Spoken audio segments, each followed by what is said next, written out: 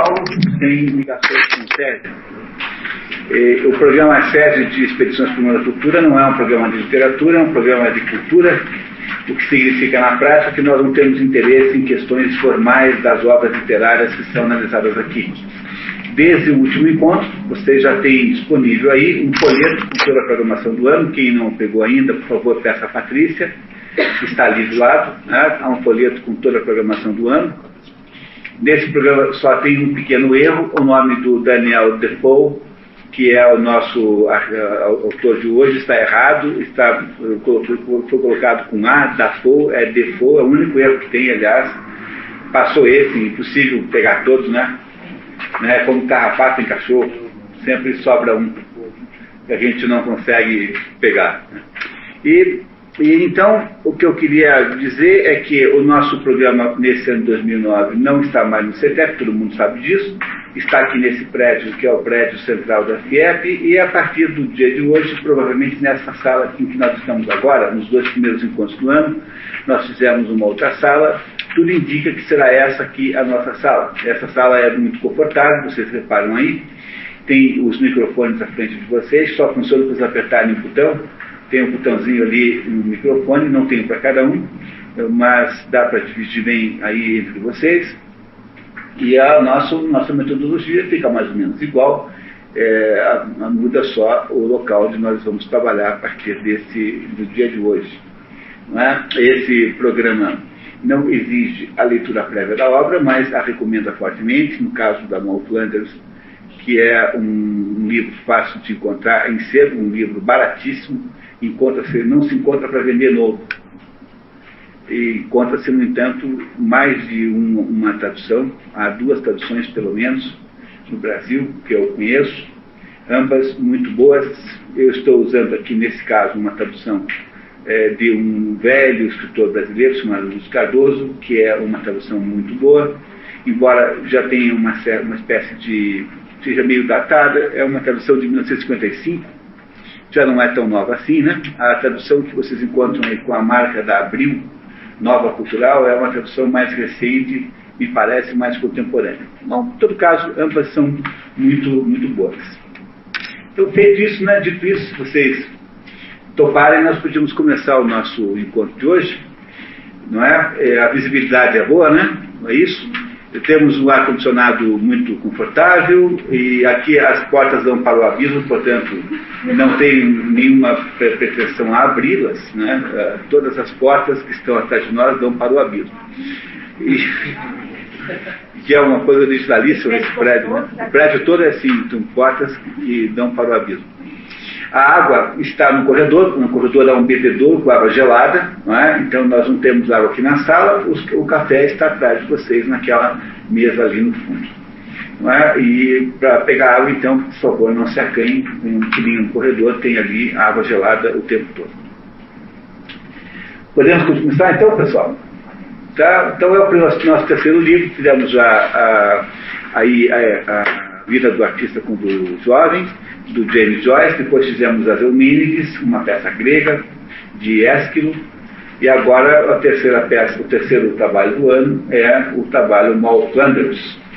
Nós vamos ter ainda, o próximo Eugénie Grandet, do Balzac, e depois vamos ter Ulisses, que é a complementação normal do retrato de um artista com os jovens. Foi o primeiro encontro. Completamos assim o fechamento do ciclo do primeiro quarto do ano, apesar que não é bem um quarto, porque teremos esse ano 22 livros no lugar de 20. Temos que recuperar o atraso de termos só feito 16 do primeiro ano. Começou muito tarde o programa do primeiro ano, então só fizemos 16 livros. No programa de 2009 temos, portanto, 22 e de 2010 mais 22. Completamos, então, ano que vem, se tudo der certo, vamos completar os 100 livros prometidos desde o início. 100 livros que juntos fazem a possibilidade de alguém ter uma cultura mínima, poder dizer-se minimamente culto, tendo compreendido aí um patrimônio cultural, né, o patrimônio da grande cultura humana, pelo menos nas suas bases principais. É claro que essa é uma visão muito otimista da minha parte. O Otto Marek acabou de dizer que para poder ser culto tem que ler 3.000 livros, E não sei quem seria eu para contestá-lo, né? Eu acho que ele deve ter razão, provavelmente. Mas a verdade é que, realisticamente, entre as possibilidades reais da vida humana brasileira no início do século XXI, não dá para fazer o que a gente quer, né? Às vezes é preciso a gente sacrificar a metafísica do desejável no altar da geometria do possível, que é tudo que é possível fazer na prática na vida. Daniel Defoe tem aí um sujeito interessantíssimo, que é conhecidíssimo por um livro apenas que se chama Robinson Crusoe, que é um livro que todo mundo leu e que sofre por causa disso, que todo mundo conhece a história, né? Que sofre uma doença terrível que os clássicos têm. Os clássicos como Os Miseráveis, Robinson Crusoe, como Dom Casmurro, como Madame Bovary, etc., Romeu e Julieta, são todos livros que todo mundo julga conhecer e que, na verdade, nunca leem, justamente a título de que já sabem a história. E o que as pessoas, na verdade, sabem são apenas as versões clichês desses livros. A Romeu e Julieta, por exemplo, não é uma história de amor impossível. Romeu e Julieta é a história do casamento do céu com a terra. Mas você só entende depois que você lê direito o livro, porque, em princípio, você tem aquela visão que o cinema traz.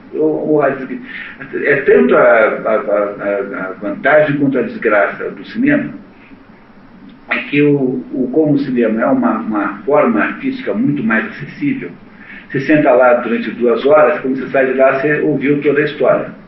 O livro demora dias para ser lido, o livro dá muito mais trabalho.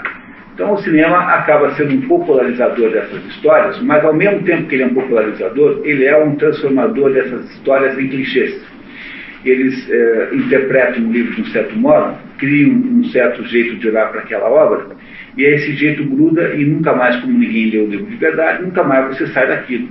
Dom Quixote, por exemplo, não é uma obra sobre um maluco que avança contra os moinhos.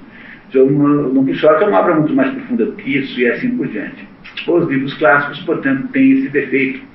E Robinson Crusoe também. Robinson Crusoe é um livro maravilhoso. Moby Dick talvez seja um outro caso. Aliás, Moby Dick está no nosso programa esse ano. Robinson Crusoe não está, em nenhum momento. Mas o Moby Dick, que é um livro metafísico, é considerado, de modo geral, um livro de aventuras sobre a caça de uma baleia branca. Mas não é isso, é um livro metafísico profundo. Ninguém é capaz de perceber isso mais, porque o sucesso comercial da história, ou seja, a sua adaptação ao cinema ou ao teatro, que é o caso dos Miseráveis, esse livro do Victor Hugo chamado Miseráveis, que virou uma espécie de história policial, assim, todo mundo tentando fugir lá do inspetor Javert. É o Jean Valjean, né, protegendo a Cosette, não é isso, né? Protegendo a Cosette, tentando fugir do inspetor Javert. É uma história policial na qual nós torcemos pelo bandido. Todo mundo torce pelo bandido. Então essa me parece ser a primeira coisa importante a dizer, é que o Daniel Defoe é um sujeito que caiu nesta vala comum dos clássicos que não são lidos e são, no entanto, falados. Né? Fala-se deles, mas não se os lê. Moll Flanders não é o caso, porque Moll Flanders é um livro que ninguém conhece. Tanto é que nós temos uma medida muito forte, que nós colocamos um anúnciozinho dos nossos encontros na Gazeta do Povo, que é naquela sessão que tem cursos e palestras e tal. E pela demanda, ou seja, por pessoas que telefonam pedindo informações, você tem uma ideia do grau de notoriedade do livro. Porque, em princípio, a tendência é o sujeito só ligar quando ele está interessado, né? Só ligar quando está interessado no livro, quer dizer, ele conhece o livro. E no caso do Moll Flanders, eu acho que a demanda foi igual a 0. Alguém ligou? Patrícia, alguém ligou para Moll Flanders? Não, tá. Ninguém nesse mundo se interessou pela Moll Flanders. Compreenderam? Ninguém ligou para a Moll, porque o livro é desconhecido, é um nome estranho, e ninguém tem interesse por esse livro. Se fosse o outro, se fosse o Robinson Crusoe, seguramente teria muito mais ligação.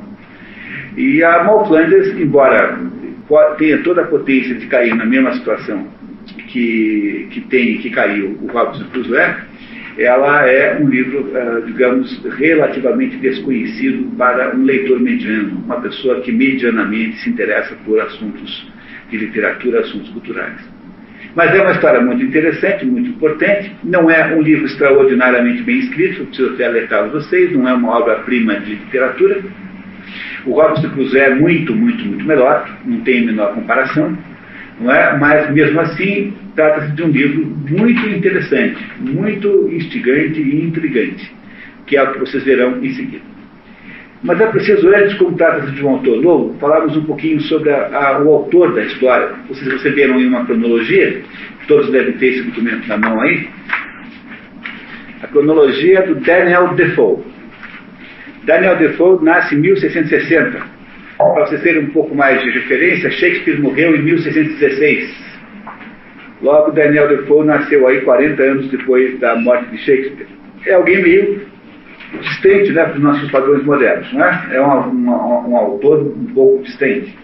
Durante toda esta época em que antecedeu o nascimento de Daniel Defoe, houve na Inglaterra a consolidação do protestantismo, que na época de Shakespeare estava ainda sob aquelas tensões de nascimento. Quando chega nessa época, a Inglaterra já é um país anglicano.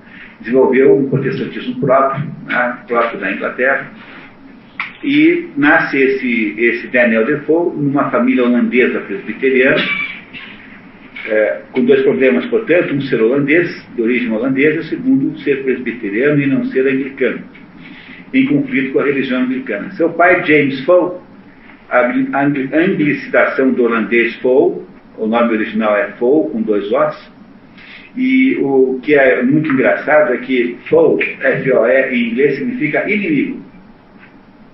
A palavra Foe, em inglês, significa inimigo. Portanto, ele tem um nome que já é muito já de cara, muito expressivo, né? Ele é inimigo. O pai dele é açougueiro e comerciante de sebo. Sebo aqui não é livros usados, é sebo de açougue mesmo, tá? Açougue, né? Não se sabe de verdade quando o homem nasceu, né? Ele teria variado entre 59 e 61. Por aí teria nascido Daniel Defoe. Em 64 acontece um fato importantíssimo, uma das poucas vezes que aconteceu isso na história da Inglaterra: uma frota holandesa sobe o Thames e ataca Londres. Ele é de família holandesa, não esquecer isso nunca, né? 65, sempre omitindo que é 1665, né? A peste mata 70 mil pessoas em Londres. Imagine que Londres tivesse aí alguma coisa como 400, 500 mil, isso representaria aí uma quantidade incrível de gente. Em 666, não podia ser outra data, um grande incêndio, The Great Fire of London, destrói bairros inteiros, incluindo aquele onde Daniel Defoe vivia. Em 74, morre a sua mãe, e nesse mesmo ano ele não consegue estudar nas instituições, digamos, mais reputadas da Inglaterra, porque ele é não só estrangeiro de ascendência, né, de ascendência estrangeira, como também ele é presbiteriano, não é aceito nem em Oxford nem em Cambridge. Mas vai para uma escola do reverendo Charles Morton, que acabou depois sendo um dos fundadores de Harvard nos Estados Unidos, que se chamava Dissenting Academy. Dissenting significa Academia dos Dissidentes, ou seja, escola para dissidentes religiosos. Dissidente aqui é religioso, no sentido religioso. Em 82, com 22 anos, ele resolve tornar-se empresário. É preciso também lembrar que nós estamos aqui no início do capitalismo. O capitalismo, a Revolução Industrial é de 1775, 1775 mais ou menos, quando começam as primeiras fábricas na Inglaterra de produção de tecidos, produtos contínuos, né?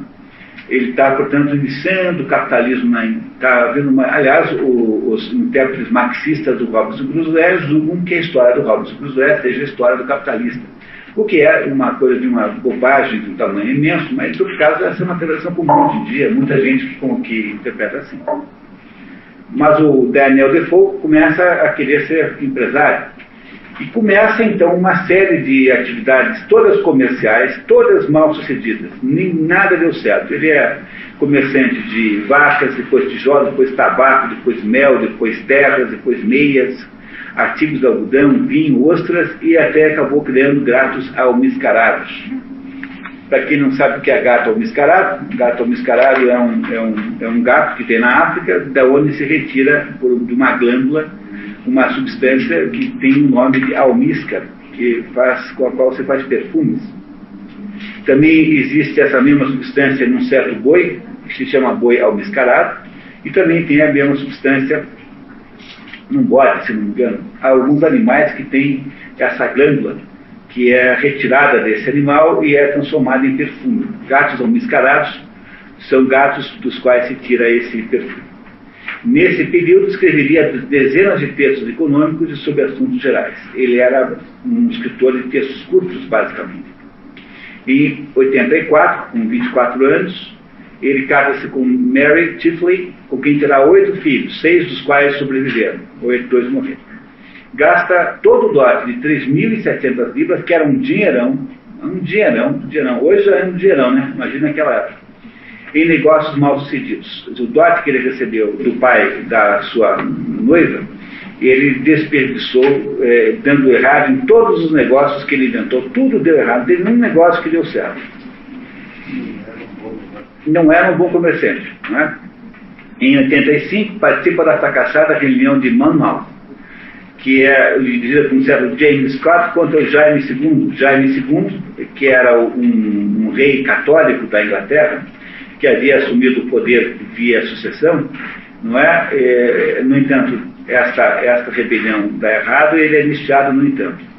Em 88, 2 anos depois, ou 3 anos depois, a famosa Revolução Gloriosa na Inglaterra, que finalmente depõe o católico James II e leva ao trono o protestante Guilherme de Orange, que era, por sua vez, de origem holandesa.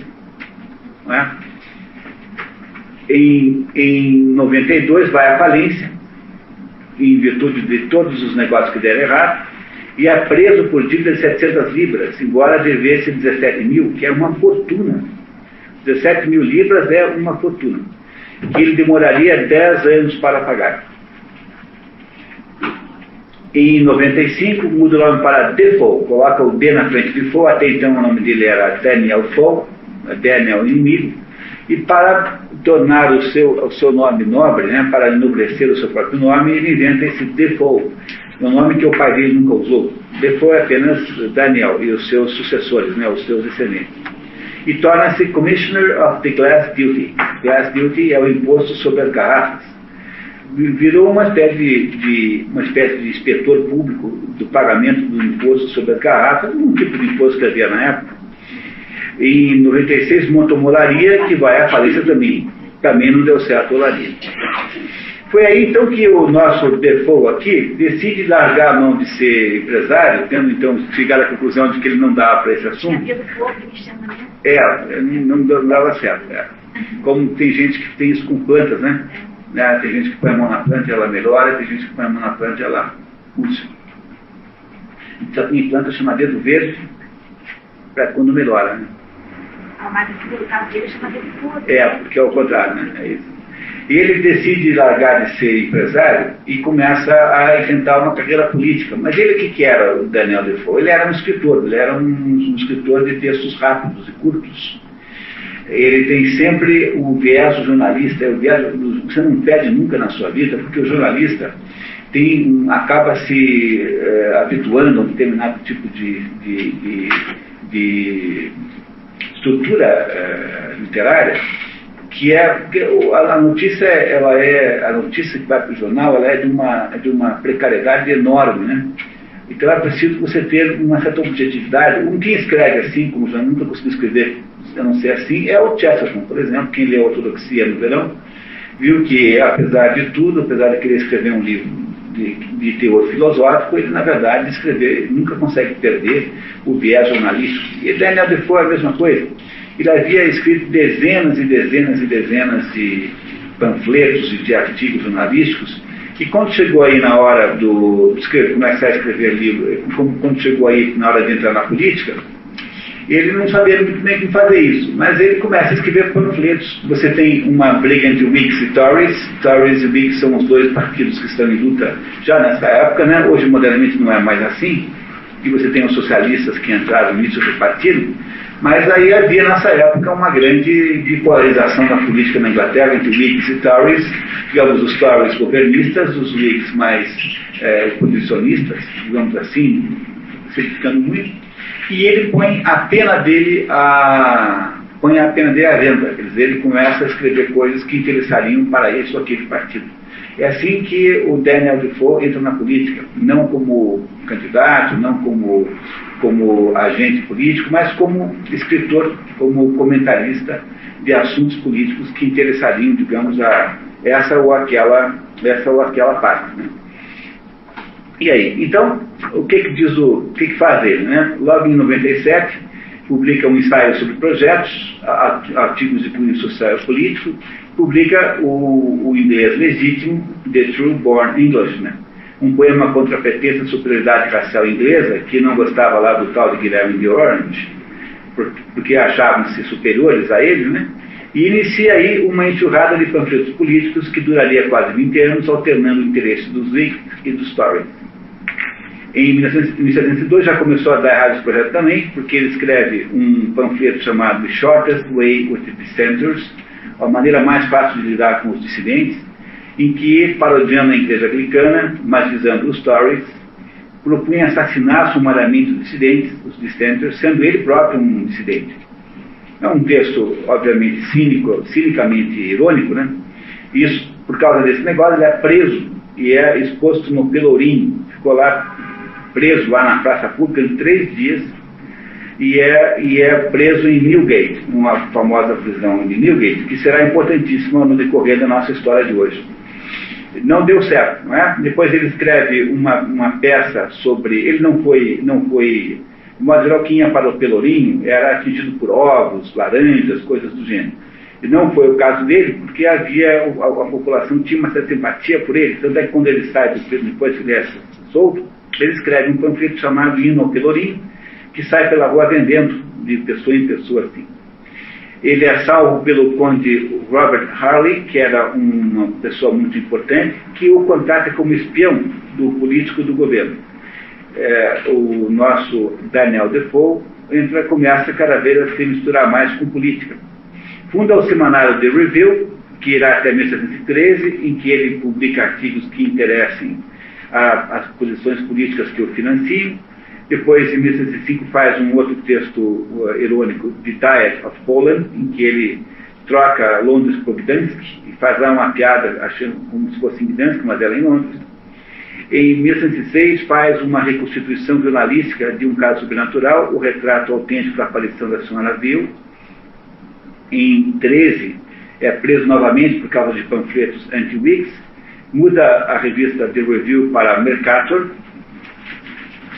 e em 1919, já achando que esse negócio de política não vai dar certo, porque afinal foi preso várias vezes por causa disso, não conseguia dar certo nisso também, já havia fracassado como empresário, agora também começa a fracassar como político, ligado ao mundo político. E agora ele faz então o grande momento da sua vida, aquele momento que reverterá completamente sua situação, com relação à sua permanência na história, que é, em 1719, publicar o livro chamado A Vida e as Estranhas e Surpreendentes Aventuras de Robinson Crusoe, de York Marinier. Com sucesso, não é?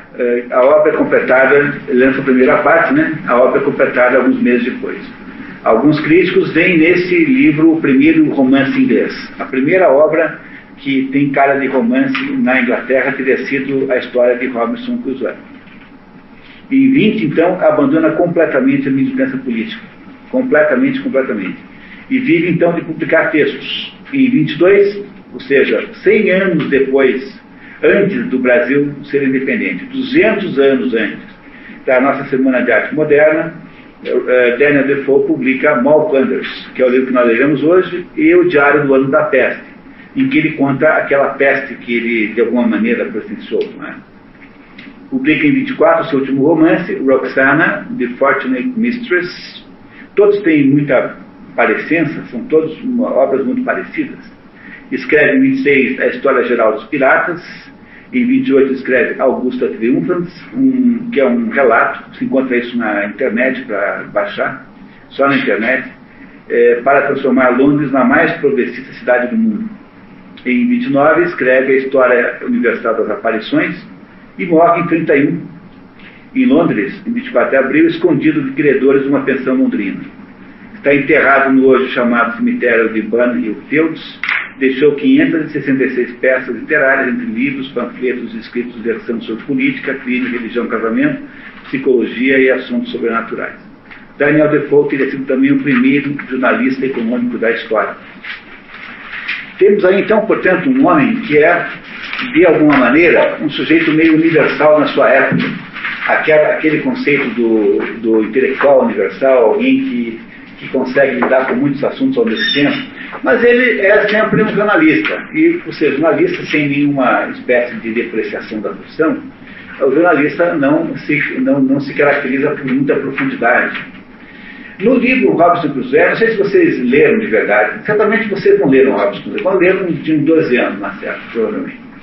Eu diria que é quase imprescindível reler Robinson Crusoe. É uma obra maravilhosa, um livro maravilhoso, que tem muito mais história do que apenas aquele aparente naufrágio. Ele é um livro que vai muito além, só se lembra da parte do naufrágio, mas o episódio do naufrágio é só metade do livro. A segunda parte é completamente diferente, lida com outra coisa. E esse livro, Robinson Crusoe, é um livro que não tem essa característica jornalística, embora Mal Flanders isso ainda esteja um pouco presente, apesar de Mal Flanders ser posterior. Mas é um problema que o sujeito tem quando ele tenta escrever um romance numa época em que não há romances. O problema do escritor de romances numa época em que não há romances é que ele não sabe lidar muito bem com o fato de que os romances são mentirosos. Mentirosos no sentido benigno da palavra, porque os romances, de fato, não são relatos fidedignos reais de coisas que se aconteceram. Os romances são narrativas imaginativas. Não é uma narração imaginativa de alguma coisa que poderia ter acontecido. A genialidade do escritor está em dar verossimilhança ao assunto, tanto é que depois que você lê o romance, aquelas personagens, se você leu bem lido, aquelas personagens nunca abandonam a sua mente, você passa o resto da vida olhando para elas. É como se elas tivessem de alguma maneira tomado vida dentro da sua cabeça. E é isso que faz um romance. Mas o romance, por sua vez, não é a descrição do fato real. Aí vocês descobrirão que o Daniel Defoe, na narração da Mal Flanders, fará sempre um esforço muito grande de dar a impressão de que ele está relatando um fato verídico real, porque na época em que isso aconteceu, não havia, teoricamente, na Inglaterra, nenhuma espécie de romance. O romance começa no século anterior com Dom Quixote. Dom Quixote é a primeira obra que aqui você pode dar o nome de romance lato sensu. Não é um romance moderno, ninguém mais escreve romance daquele jeito. O romance moderno nasce com Flaubert, nasce com Balzac, nasce com Stendhal. Depois o moderníssimo nasce com, até que dá para chamar de romance ainda, né? Nasce com os alemães no início do século, e com James Joyce, com Ulisses. Mas o romance, digamos, que nós hoje identificamos mais facilmente, que é a narrativa de uma história complicada, com vários pontos de narração, isso não tinha ainda na Inglaterra naquela época.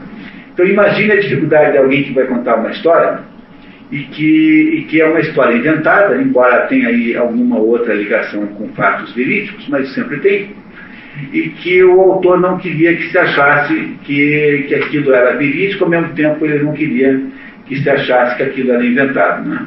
É por isso que o estilo do livro Mal Flanders é um pouco telegráfico demais. Vocês devem ter sentido isso, que esse livro aí precisaria talvez de mais o dobro do tamanho para poder ser um livro extraordinário do ponto de vista literariamente puro. Faltou tamanho para esse livro. Às vezes as personagens são um pouco mal desenvolvidas. Faltou tempo para que algumas situações pudessem ter mais verossimilhança. Faltou um pouco de densidade para que esse romance pudesse ser uma obra-prima, como é o romance chamado Robinson Crusoe. Por que esse está aqui e não está outro? É porque esse romance tem em si dentro, como consequência, uma enorme importância, cujo conteúdo, né, nos é preciosíssimo nesse curso aqui, mais relativamente do que o próprio Robinson Crusoe, que eu insisto é uma obra literária melhor. Robinson Crusoe é mais bem escrito do que esse aqui. Mas esse não é um livro mal feito, tá? Por favor, não entendam isso, né? Mas não é um livro estonteantemente bom, porque você não te deixa sem fôlego. como um grande romance é escrito, né? Como extraordinário. Você pega um romance como Os Miseráveis, de Victor Hugo, não é? Embora com um monte de besteira dentro, às vezes, você tem um livro escrito com uma competência extraordinária. André Gide perguntava assim para ele, quem é o maior escritor, o maior poeta da língua francesa? Ele falou, o maior poeta da língua francesa é Victor Hugo, hélas. Quer dizer, infelizmente é Victor Hugo. Mas, mesmo que você não concorde com Victor Hugo, que você acha um pouco demagogo, enfim, tem os defeitos que tenha, você há de reconhecer que aqueles romances de Victor Hugo são obras-primas de literatura como contação de história. Não é tanto Os Miseráveis como Os Trabalhadores do Mar, quanto o Notre-Dame de Paris, que aqui no Brasil chama-se O Corcunda de Notre-Dame. Aliás, muito mal batizado, né? Não é isso?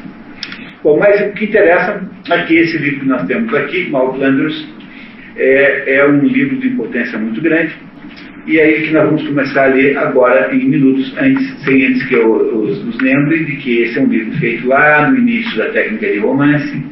É um livro que foi editado em 1722, não é? Ou seja, é um livro que tem já aí quase 300 anos de idade, e refere-se a um mundo que já desapareceu, que era a Inglaterra se formatando modernamente, e o que há de importante lembrar é que nesse momento em que o livro foi escrito havia uma grande mobilização econômica na Inglaterra, que era o centro da Revolução Industrial. Havia, portanto, vocês repararão que o livro é todo ele intensamente econômico. Não há nenhum minuto que ninguém fique pensando em dinheiro, né? Tudo está sendo mais ou menos aqui monetizado durante a história toda. É um reflexo do espírito da época, né? Um espírito voltado para negócios, para o início do mundo dos negócios, que não havia com essa intensidade acontecido em lugar nenhum até então. Né? Em lugar nenhum até então do mundo havia um espírito de negócios tão grande quanto na Inglaterra nesse momento. Mal Flanders, Mal é um apelido de Mary, a Lily Mary, mas a gente nunca sabe como é de fato o nome o nome verdadeiro da nossa heroína, porque ela esconde completamente sua identidade. É claro que essa é uma metodologia que usa o próprio autor para fingir que é verdade, né? Porque se ele conta a identidade, fica claro que é romance, que é inventado. Como o público não sabe distinguir bem isso ainda, que o romance é novo, o que é que faz então o Daniel Defoe?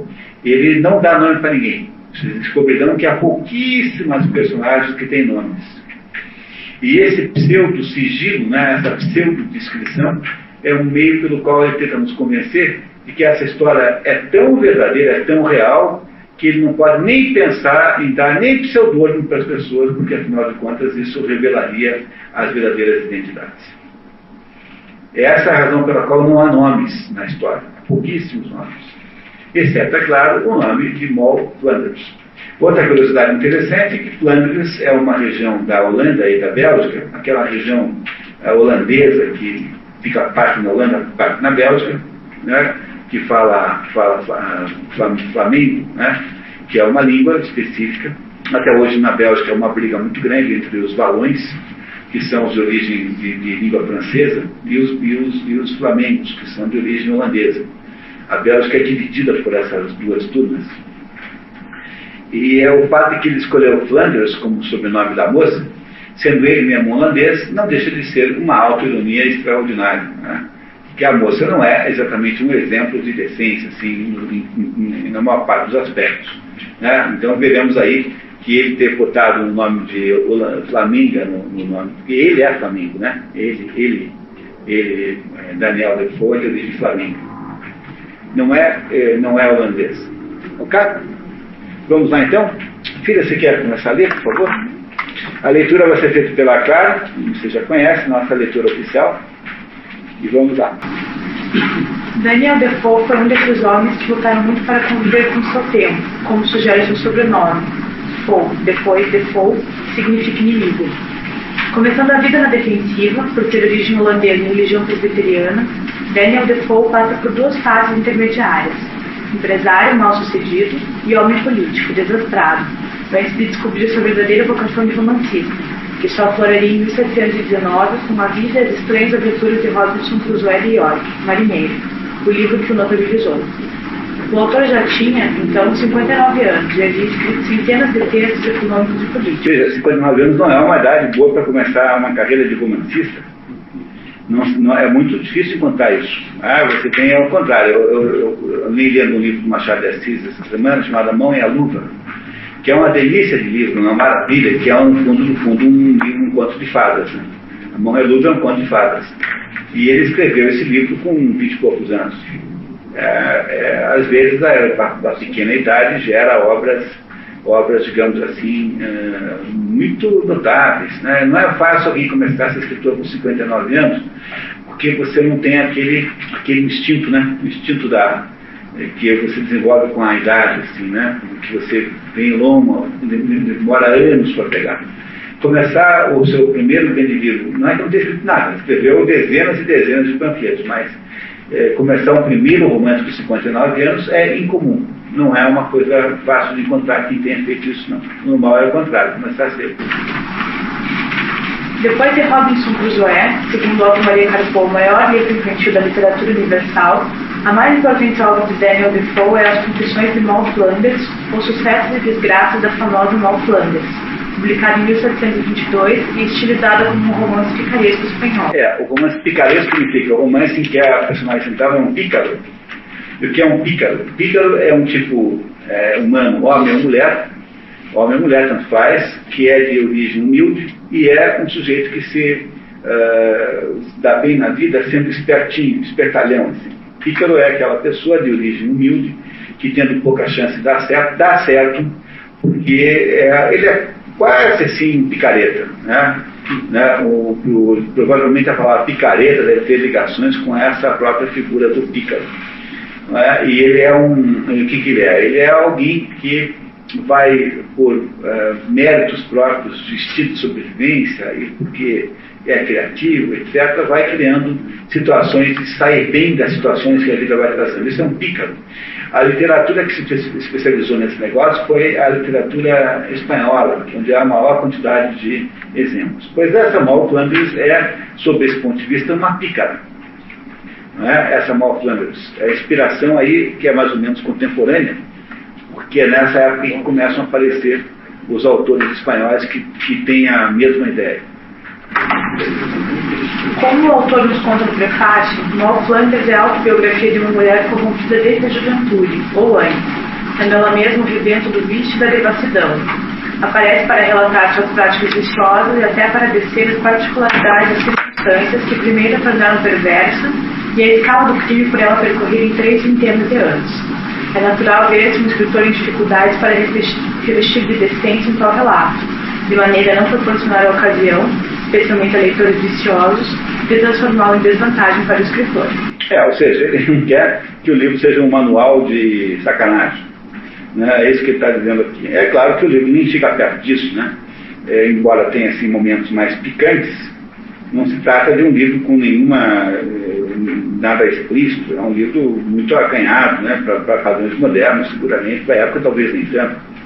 Ele está aqui apenas tirando o corpo fora de acharem que ele é um pornógrafo, que ele é um incentivador dos maus costumes, que ele é um destruidor de famílias, ou coisa que vá, né? O autor aqui está fazendo isso. Né? Além disso, a personagem nasceu em uma penitenciária, casou-se 5 vezes, uma delas com o próprio irmão, foi lá por outros 12 anos e deportada para a Virgínia até finalmente atingir a realização. O modelo para a personagem deve ter vindo de alguém que o próprio autor conheceu na prisão de Newgate, onde esteve preso por alguns meses em 1703 por razões políticas, ou de uma carta que uma ladra, de volta do exílio, enviou ao jornal que Defoe dirigia. Também é quem veja a inspiração numa personagem real, Mary Frith, a Moll cortadora de bolsas. Seja como for, Defoe construiu seu romance com um realismo muito original para a época, antecipando a segunda metade do século XIX, mas preservando um sabor jornalístico imprescindível numa época em que o gênero romanesco era praticamente desconhecido. Ou seja, o livro nunca deixa de ter um tom jornalístico, tá?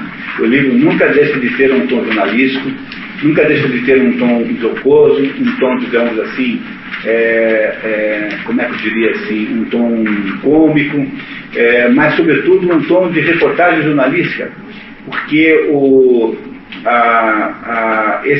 esta é uma obra que tem uma característica central de ser a obra de alguém que vivia disso, vivia produzindo notícias. E é por isso que é difícil classificar essa obra no início, mas é seguramente um romance, não há a menor dúvida disso.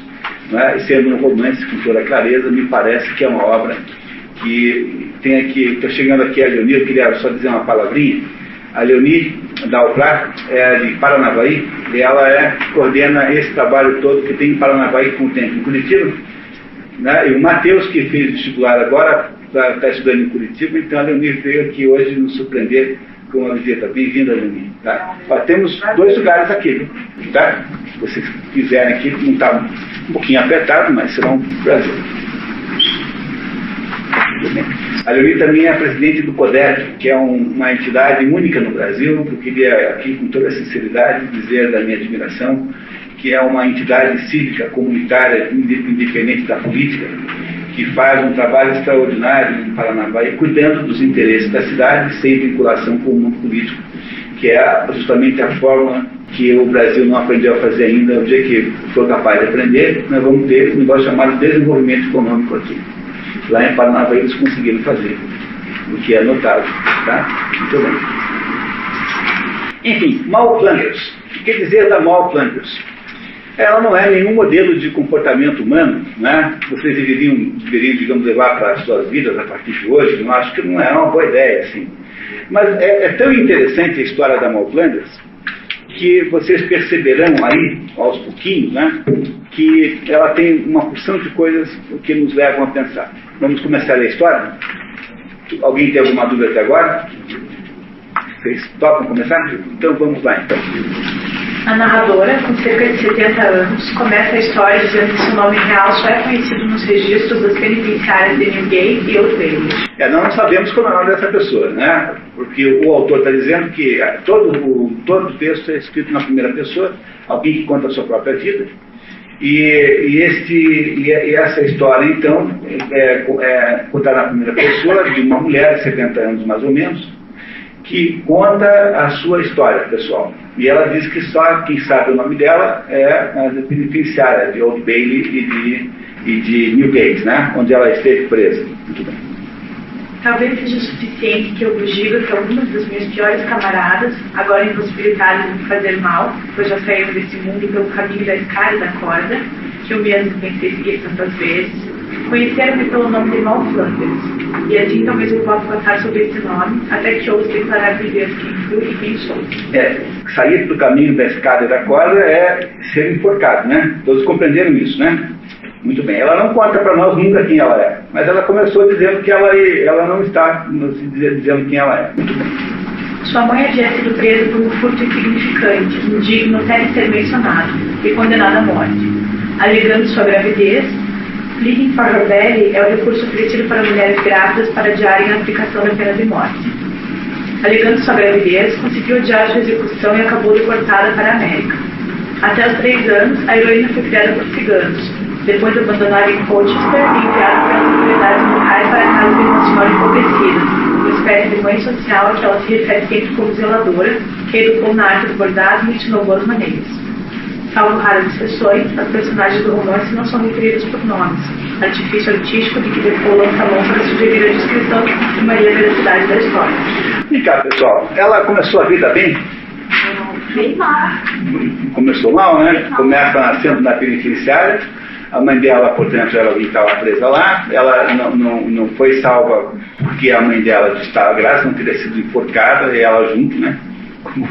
Juntos, né?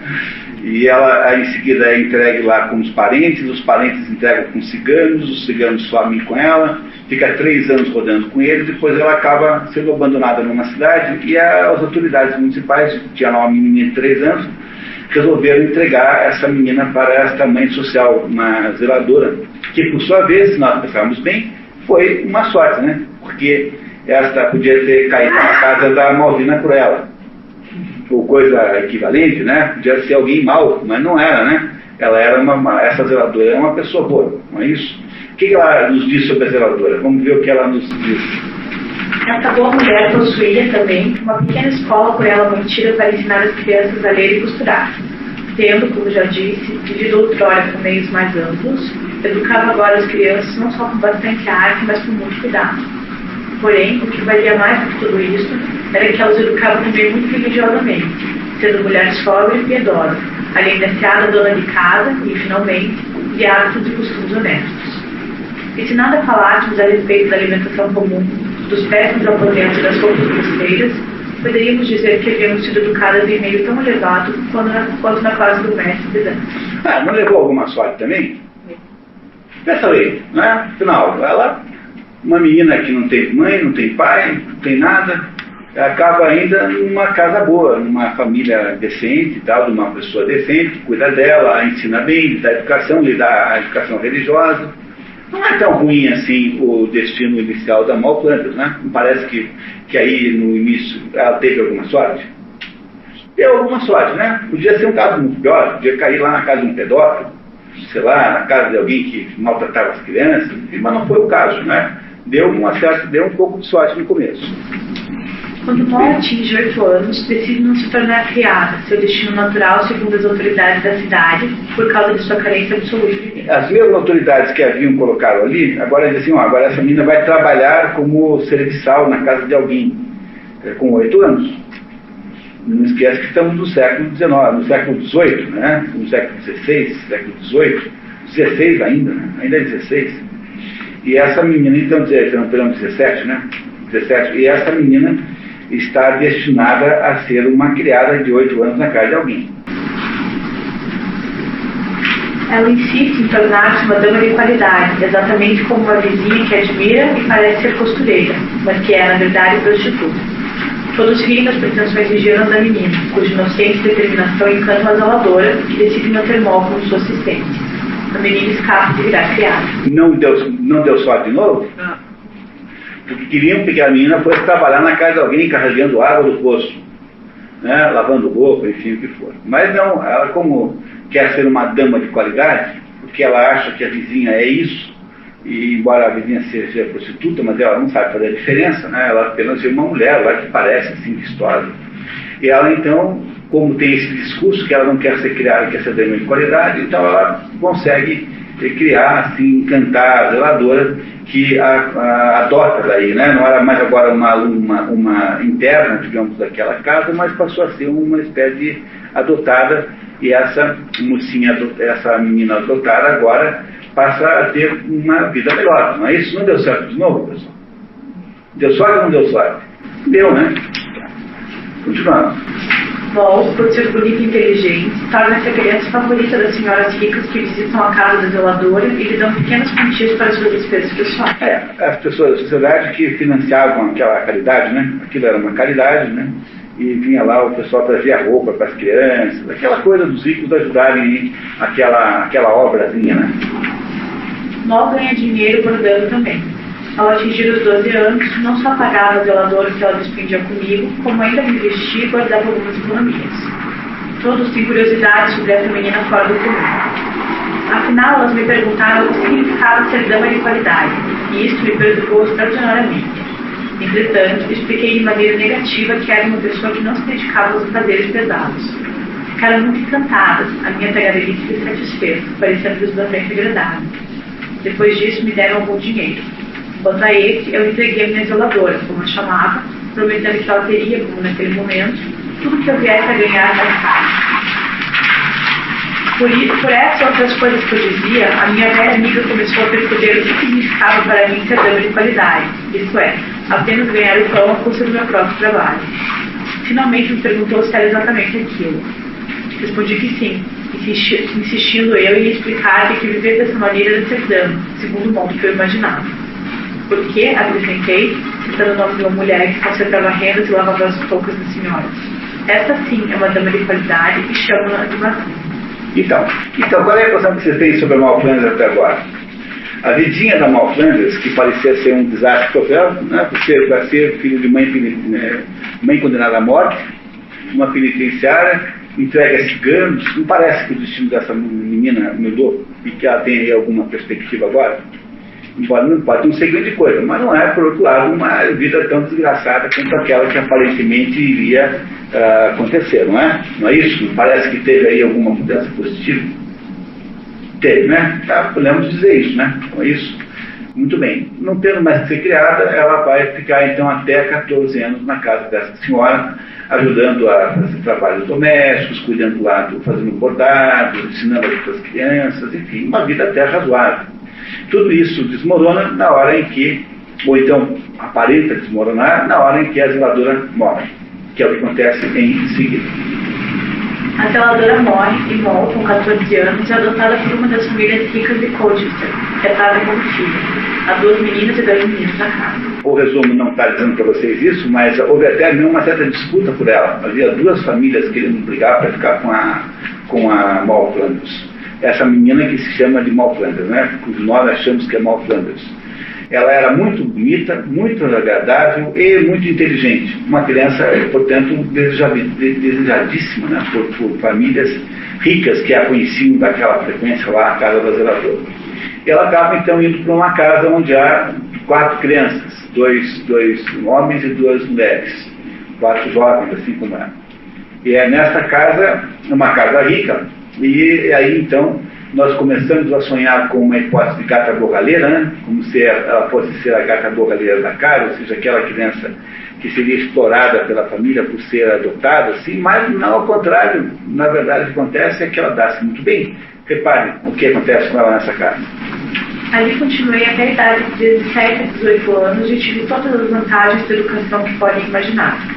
Essa senhora tinha professores que vinham ensinar suas filhas a dançar, a falar francês e a escrever, e outros para ensinar-lhes música.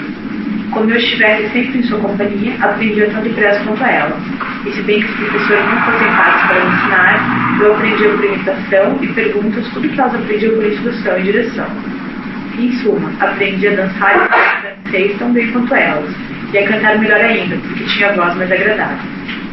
Por essa maneira, tive, como disse, todas as vantagens da educação que poderia ter se tivesse sido uma senhorinha de qualidade como aquelas com quem vivia, sendo que, em alguns pontos, levava vantagem sobre elas, se bem que fossem minhas superiores. Isto é, em mim eram dons naturais que toda a sua fortuna não poderia fornecer. Primeiramente, eu era mais bonita e fazia a melhor figura do que qualquer delas. Em segundo lugar, eu era mais bem feita. Em terceiro, cantava melhor, porque, como já disse, possuía a melhor voz. Isso não foi o meu próprio julgamento, mas pela opinião de todos aqueles que conheciam a família. Aliava tudo isso à vaidade comum ao meu sexo, pois ela é realmente considerada como muito bonita, ou melhor, como uma beleza autêntica. Então, pessoal, a vida dessa Moll Flanders não está melhorando? Ela não está fazendo milagres com o que ela tinha, com as condições que ela tinha logo no início.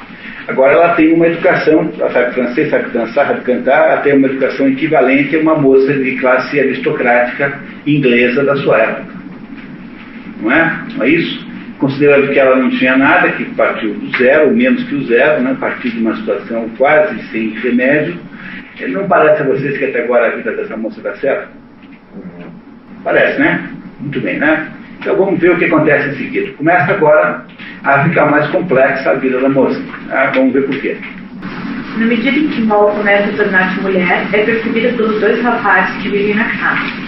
O rapaz mais velho acaba seduzindo, propondo a ela agir como se eles fossem casados, prometendo-lhe casamento quando ele recebesse parte da sua herança, tendo de ficar em relação, enquanto isso, secreta.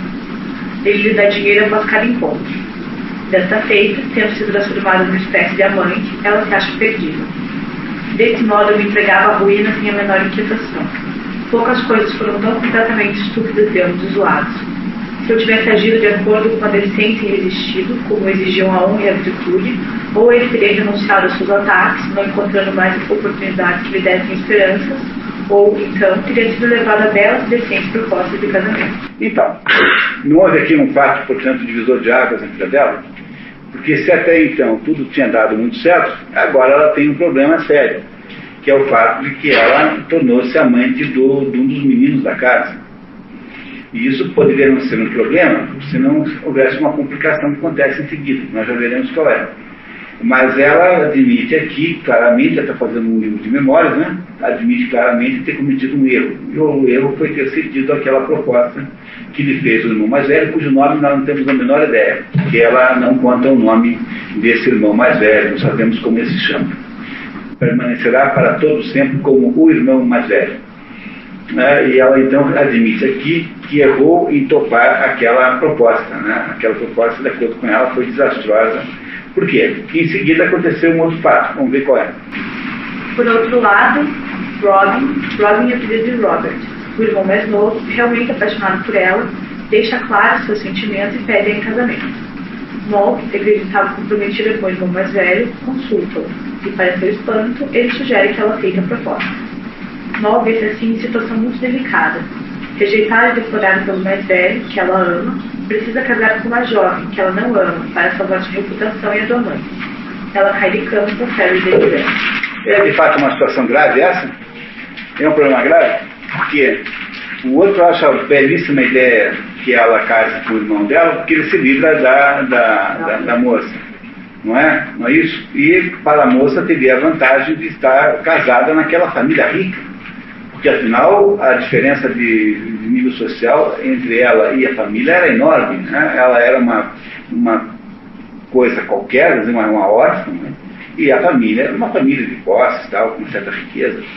E ela não sabe o que fazer agora, porque ela preferia casar com o mais velho, mas ela sempre que o mais velho não quer casar com ela. E tem, no entanto, o irmão mais jovem, que é o Robin, uma das poucas personagens que tem nome nessa história é esse Robin, né? O Robert, que é o mais novo. E o mais novo quer casar com ela, mas ela não ama o mais novo.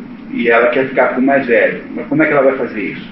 Ela cogita até a possibilidade de casar com o mais novo e ficar amante do mais velho. Mas isso também não iria dar certo, porque é uma situação muito complicada de levar na prática, né? Imagine, complicado, né? Não é? Tal. E ela tem, portanto, o primeiro grande problema da sua vida. Aqui acontece o primeiro trauma, né, da existência da Moll Flanders, que é ter se metido nessa arapuca amorosa aí, da qual ela tem que tomar uma decisão agora. Não é? A primeira coisa que ela faz é dizer para o Robin que ela não aceitará casar com ele, a não ser que a família concorde.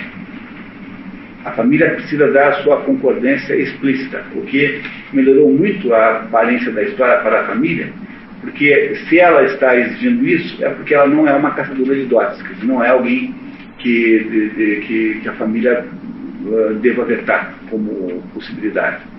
Não é isso? Mas vamos ver o que aconteceu então. Eu estava então numa situação horrível e arrependia-me de coração de ter seguido o irmão mais velho, não por reflexão consciente, pois eu era estranha a isso. Importantíssimo esse trecho em que ela admite que ela não tem reflexão consciente de nada. Ela era estranha a isso. Quer dizer, reflexão consciente não é alguma coisa que ela é capaz de fazer. Ela não consegue olhar para o assunto conscientemente e não percam esse pedaço, porque esse pedaço é muito importante. Não percam de lembrar esse pedaço. Mas não podia pensar em ser a mãe de um irmão e mulher de outro. Veio-me então à mente que o mais velho prometera casar-se comigo quando pudesse dispor de sua fortuna. Certo momento, entretanto, eu me lembrei de ter muitas vezes pensado que depois que ele me conquistara, não me falaram mais em casamento.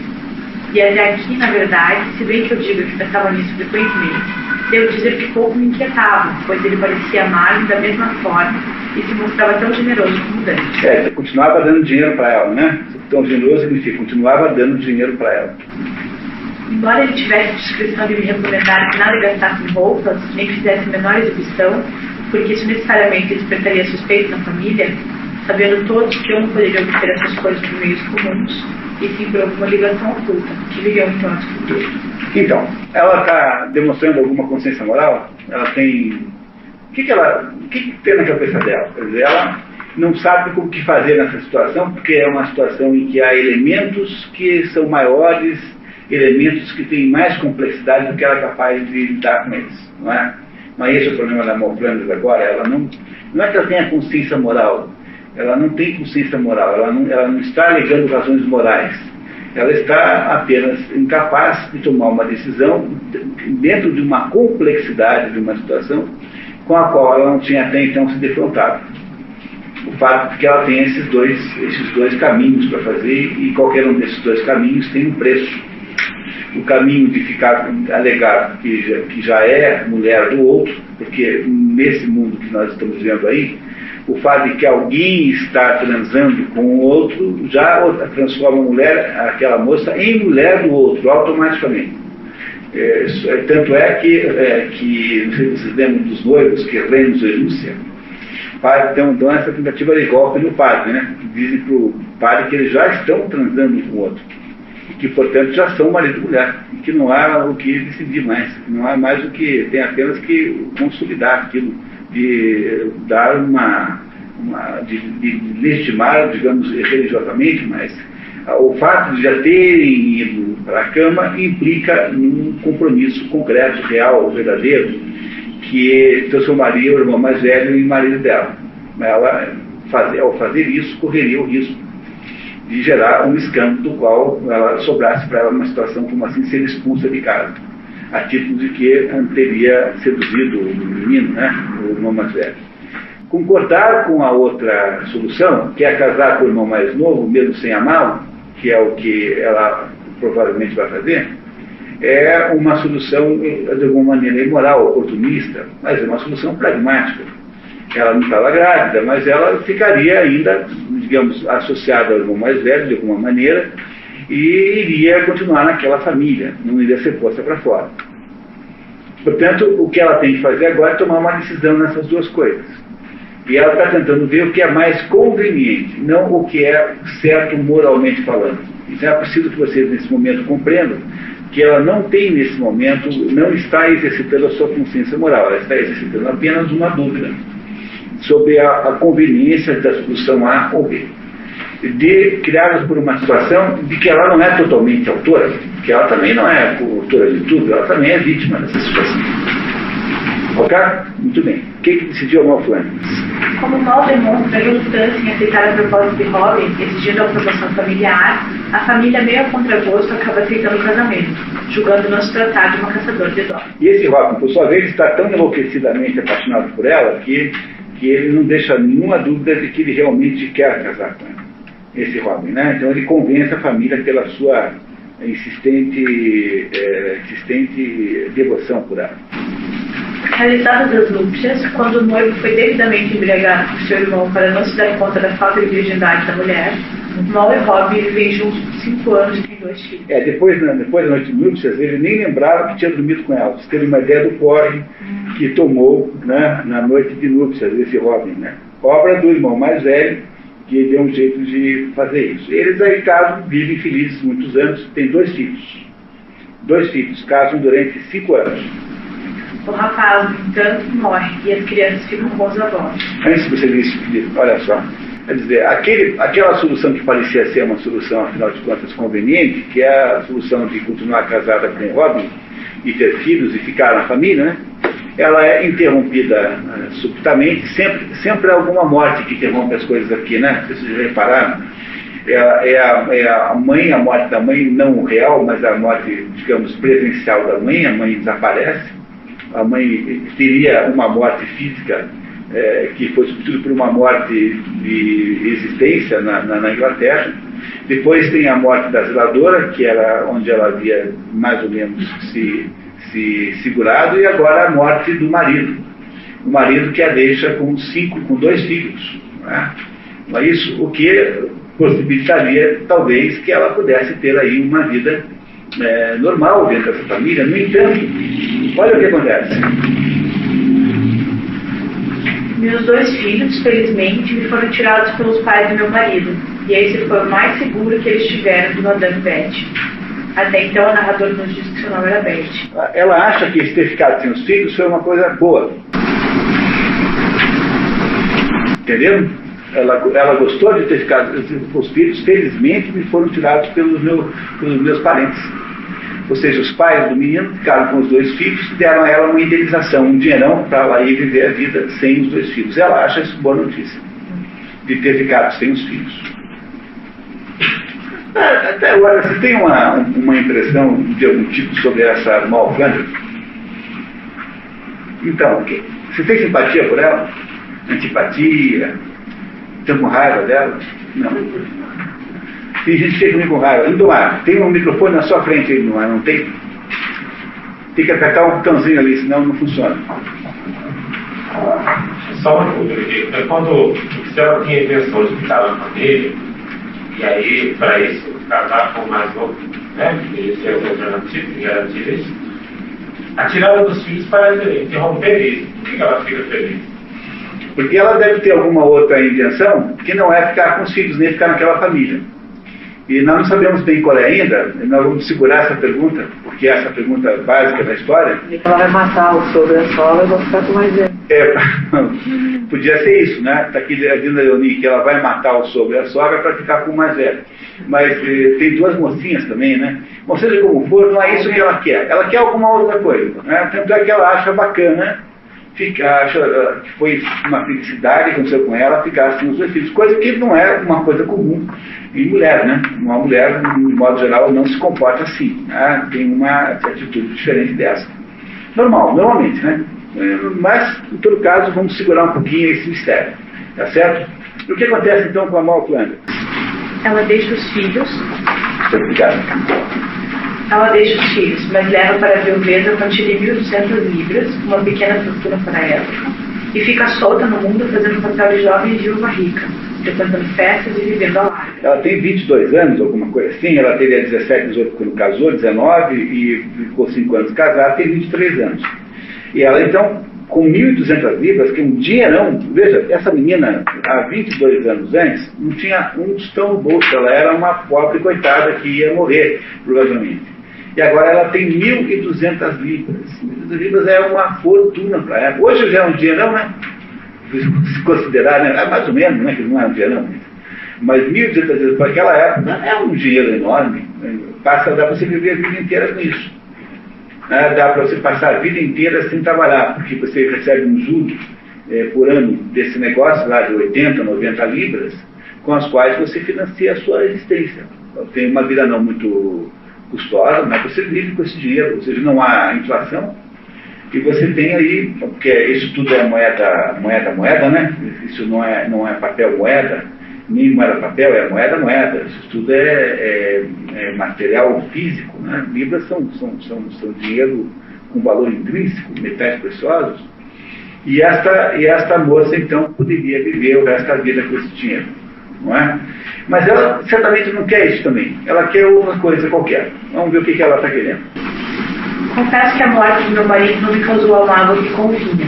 Ela é sincera, né? Não é isso? É sincera. Ela não ficou muito triste, não. Ela não gostava dele. No fundo, não ficou muito aborrecida. Não posso dizer que eu tivesse amado como devia ou que tivesse correspondido à ternura que ele mostrou por mim, pois era o homem mais delicado, mais dócil e de melhor gênio que qualquer mulher poderia desejar. Portanto, o marido dela não era um monstro, não batia nela, não era um sujeito mau, não era um sujeito com amantes, não era um sujeito que bebia tomar da porta, era um sujeito bom. Mas seu irmão, que estava continuamente diante dos meus olhos, pelo menos durante a nossa estada no campo, era para mim mais agradável e consolador. Nunca estive uma só vez no leito com meu marido sem desejar estar nos braços do outro. E, se bem que ele tivesse demonstrado por mim uma afeição dessa natureza, depois do nosso casamento, conduziu-se justamente à maneira de meu irmão. Quer dizer, o mais velho nunca mais fez nenhuma aproximação amorosa com ela. Para mim, entretanto, era impossível ter os mesmos sentimentos para com ele. Em resumo, nos passávamos só dias que não cometesse adultério e incesto nos meus desejos, o que sem dúvida era tão criminoso quanto o próprio ato. Muito bem. Todos até agora estão entendendo a história? Qual é a impressão que você fez sobre a Amal Flanders? Boa? Média? Ruim? Começou a ficar ruim. Começou a ficar ruim. Tá certo. Tá certo. Vamos lá então. Vamos ver. Vai ficar pior. Tá? Mal decidi se casar mais uma vez enquanto um comerciante de tecidos, um verdadeiro gentleman que é, em contrapartida, um tipo irresponsável que desperdiça os recursos do casal e acaba preso por dívidas. Vocês compreendem que a Amal Flanders é o contrário da Guiomar, né?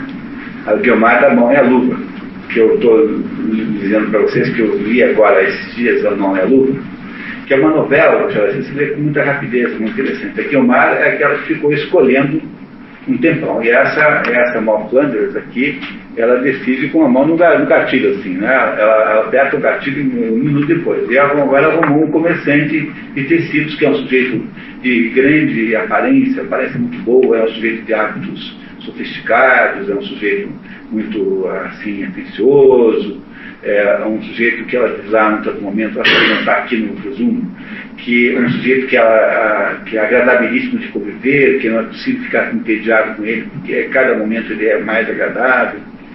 Enfim, esse sujeito ela casa, mas esse sujeito tem um problema. Ele é um tipo irresponsável, um desses tipos assim, que tem uma visão assim de viver a vida sem limites, e que, a hora que percebe que ela tem aquelas 1.200 libras, começa a gastar o dinheiro, faz coisas assim do gênero, não está aqui isso aqui, mas aluga o coche mais caro que você possa imaginar, e leva para fazer um piquenique romântico, não sei aonde, gasta com um vinho, não sei das quantas, com um champanhe, e gasta lá 200 libras para fazer isso, do dinheiro dela. É o piquenique mais romântico, mais bonito, mais interessante que alguém possa ter recebido, mas, por outro lado, vai depreciando, né, vai dilapidando o patrimônio da família. Compreenderam o tipo? Isso é esse tipo aí. Mas fui precipitada pelo meu capricho de casar com um cavalheiro a arruinar-me da maneira mais grosseira como nenhuma outra mulher no mundo faria. Meu novo marido, descobrindo subitamente que eu possuía dinheiro, caiu em tais gastos que tudo que tínhamos não daria para mais de um ano. Esse é o segundo marido da Mal Flanders. O primeiro é o irmão mais novo, né? E agora esse que é o comerciante de tecidos, que depois fica tão endividado que vai preso por dívidas. Foge da prisão, foge da França e a desresponsabiliza, diz, olha, esqueça que eu casei com você, pode casar de novo. O homem consegue fugir da prisão e escapar para a França, liberando o molde do compromisso matrimonial. Como a moça teve que responder com o que sobrara do seu patrimônio pelas dívidas do marido cristão, mudou o nome para Mol e troca de endereço, passando a viver na casa de uma jovem viúva de um capitão. E aí nós temos a explicação de como é que ela de Betty virou Mol. Mary, né? Ela passou a usar esse nome a partir desse ponto, para se desvincular do marido anterior, para que nenhum credor fosse imaginar que ela teria que pagar, né, solidariamente as dívidas que ele havia contraído na Praça de Londres. Marido esse que sumiu, desapareceu para todo sempre. Não é? Com esse, ela, no entanto, não teve filhos, o que já é alguma coisa positiva, visto o fato que ela não costuma ficar com eles, né, como foi o caso dos dois primeiros. Né? A amiga casa-se de novo, deixando-a novamente sozinha no mundo. Antes disso, Mol e a moça montaram uma armadilha casamenteira, espalhando na sociedade boatos de que Mol teria grande fortuna. O estratagema de fato funciona e ela recebe vários pretendentes, dentre os quais escolhe um com base no seu amor à Paris. Ela, no fundo, quer casar de novo. A segunda vez não deu certo, ela quer arrumar um marido novo. E esse marido novo, como é que ela faz para conseguir? Ela e a outra ficam espalhando a notícia de que é uma viúva riquíssima dando sopa na praça, que é muito jovem, né, porque ela tem 20 e poucos anos, é muito bonita, né, é rica, bonita, jovem. Há de aparecer alguém que caiba dentro do gosto dela, não é? Essa é a estratégia. Veja, ela não tem relações sociais, ela é filha de uma presidiária, ela não conviveu com a sociedade londrina, ela não tem amizades, digamos, na classe social que ela almeja atingir.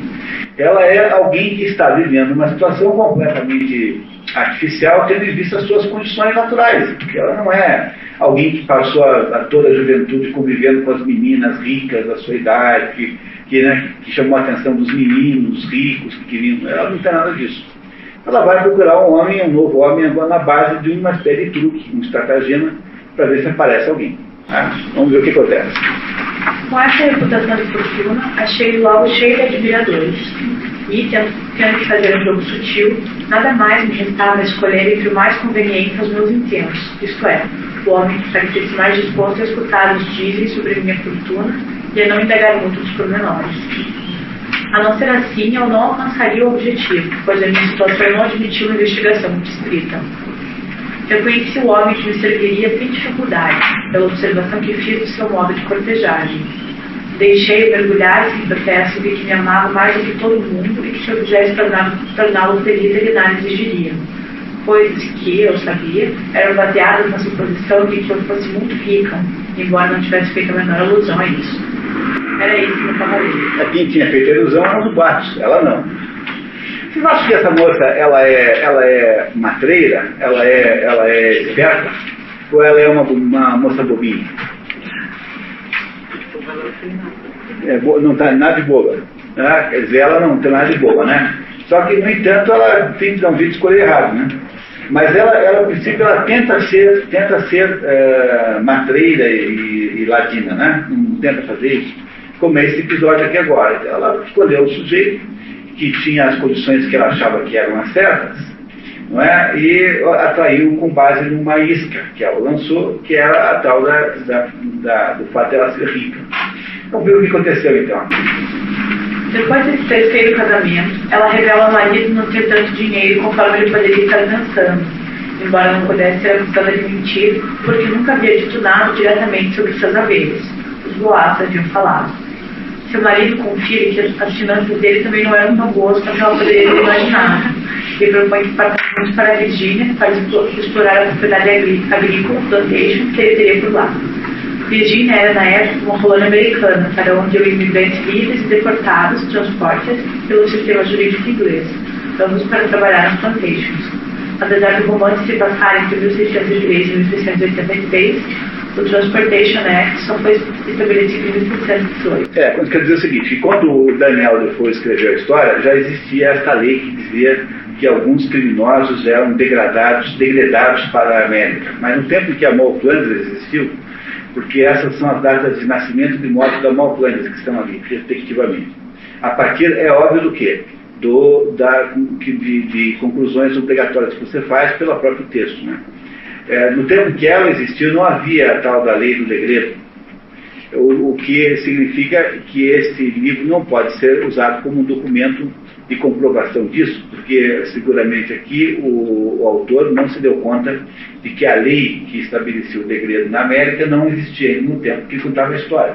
Isso também é comum em Shakespeare. Shakespeare está cheio de erros desses, tá? Erros assim, em que ele tem erros factuais, históricos. Apenas a razão pela qual eu queria que vocês prestassem atenção nisso é para vocês, então, perderem toda a esperança de imaginar que um romance possa valer prioritariamente como um instrumento histórico. Porque ele é seguramente importante como documento histórico depois que você exauriu a sua missão principal, o seu objetivo central. Qual é o objetivo do romance? O romance é uma leitura imaginativa, é, portanto, uma ficção, né? É uma narrativa inventada sobre um determinado aspecto da condição humana. O fato de que o autor errou essa data, como está aqui claro, não tem nenhuma importância na prática. Porque não se trata de debater aqui o sistema judicial inglês, compreenderam? Embora, é claro que deve haver aí determinados componentes associados ao sistema judicial inglês que são dignos de consideração e de nota. É claro, né? No entanto, não se trata aqui de debater isso na sua especificidade, porque esse não é um livro de história do sistema jurídico inglês, é um livro que conta a história da Mall Flanders. E a Mall Flanders, o que interessa é saber o que está acontecendo na vida da Mall Flanders. É óbvio quando eu digo para vocês isso, só que quando você considera aí a cultura literária moderna, ou seja, o tipo de estudo que se faz nas universidades, você verá que eles passariam maior parte do tempo debatendo as questões de gênero envolvidas aqui. Se as mulheres por que as mulheres caem numa situação como essa, o fato de que a mulher não tinha autonomia financeira nessa época. O assunto que iria tomar a atenção da universidade é saber o que significa isso em termos da condição feminina e coisas do gênero. Olha, essas coisas podem até ter importância, podem até ser significativas, contanto que você nunca perca o assunto central da obra, que é entender o que ela está querendo te dizer. O que essa história significa. É por isso que eu digo aqui para vocês que esse não é um curso de literatura, é um curso de cultura, que é muito diferente, porque no curso de cultura nós estamos aqui prisioneiros de entender qual é o significado central da obra. E é esse significado central da obra que interessa em última análise, mesmo quando há um errinho ou outro qualquer aqui na cronologia do próprio assunto. No tempo de Daniel Defoe, havia então esse hábito de se degradar, né? De degradar os prisioneiros de certos crimes, que chegavam na Virgínia, eram comprados como se fossem escravos aqui no Brasil, a mesma coisa, e eram colocados para trabalhar nas plantations, naquelas fazendas. Para tirar um pouquinho desta tese histórica que todo mundo repete em papagaio, de que aqui só vieram os escravos para os escravos, e aí lá e nos Estados Unidos foram os colonizadores. Na verdade, nos Estados Unidos também teve muito degradado, e vocês verão daqui a pouquinho como isso é importante, como é relevante isso. Há uma história também de escravidão dentro dos Estados Unidos, muito forte, de degredo, muito pior do que no Brasil, porque aqui no Brasil os degredados não eram escravizados. Os degredados aqui eram apenas jogados aqui, colocados aqui em algum lugar, enquanto lá os degredados eram escravizados. E é isso que ele tá aqui nos contando, né? Muito bem. Continuamos. De fato, o casal muda-se para a América e vivem juntos muitos anos, produzindo 3 filhos, dos quais apenas 2 sobrevivem. Com isso ela tem quantos filhos? Tem 2 filhos do primeiro casamento, e agora teve mais 3 e apenas 2 sobreviveram. Portanto, tem 4 filhos. Com o passar do tempo, em conversas com sua sogra sobre os antigos degredados que haviam feito fortuna ali, Walt chega à terrível conclusão de que aquela mulher na sua frente era sua própria mãe, o que transformava seu marido e seu irmão. Pronto. E aí? Deu sorte, agora deu azar. Deu azar, né? Vem cá entre nós, né? Deu azar, não é isso? Tá? Né? Porque a mãe dela foi degradada para a América, e ela, pela conversa que a mãe disse, eu tive até uma filha, que ficou na Inglaterra, e não sei o que, pronto, ela foi juntando os pedaços e descobriu que a tal da sogra era a mãe dela. Que ela havia casado com um irmão, com meio-irmão, né? Seguramente meio-irmão, porque ela não deve ter tido o mesmo pai, né? Provavelmente não teve o mesmo pai que o irmão, tá? Cada um deve ter sido um pai diferente, alguma coisa assim. Minha filha, talvez você mal conheça tudo isso. Pode ser mesmo que nunca tenha ouvido falar. Mas esteja certo, disse ela, e nós todos o sabemos, que somente a prisão de Newgate engendra mais ladrões miseráveis do que todos os clubes e associações de criminosos da nação. É esse lugar maldito que povoa metade dessa colônia. Metade da população da Virgínia era de degredados de Newgate, da Inglaterra, né? Aqui, ela continuou a contar sua história tão minuciosamente que comecei a sentir-me perturbada.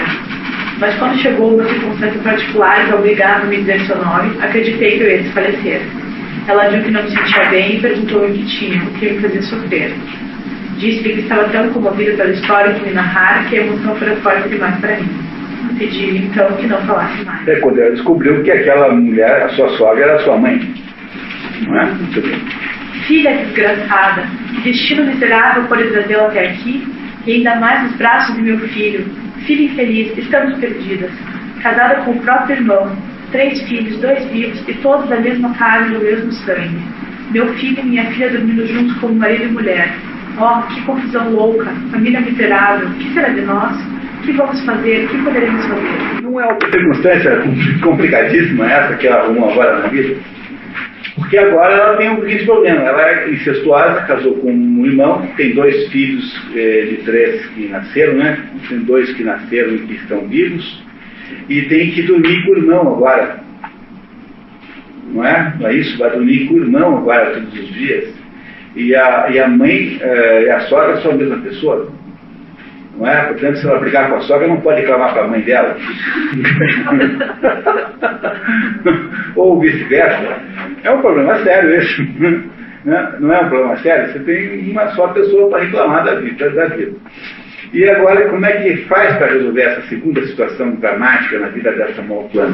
Como é que faz para resolver isso? Vamos ver então como é que ela resolve isso. Sua agora mãe e sogra sugere que ela esconda o assunto, prometendo-lhe em troca uma herança extra. Mas Mo não suporta mais o contato físico com seu irmão marido, apesar de julgar o mais antigo dos homens.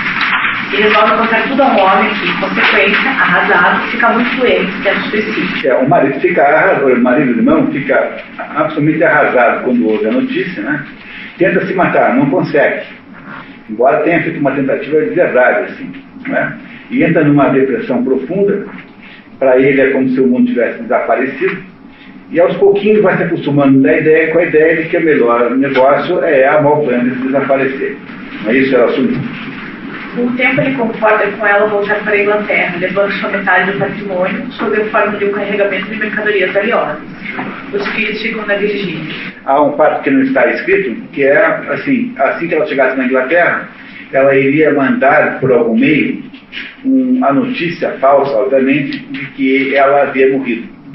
Alguém iria mandar para o marido uma carta dizendo: olha, atestamos que a sua mulher faleceu, né, de alguma doença, não sei o que, de modo que ele, lá na Virgínia, pudesse se casar de novo com outra mulher, né? Isso ficaria viúvo, tecnicamente falando.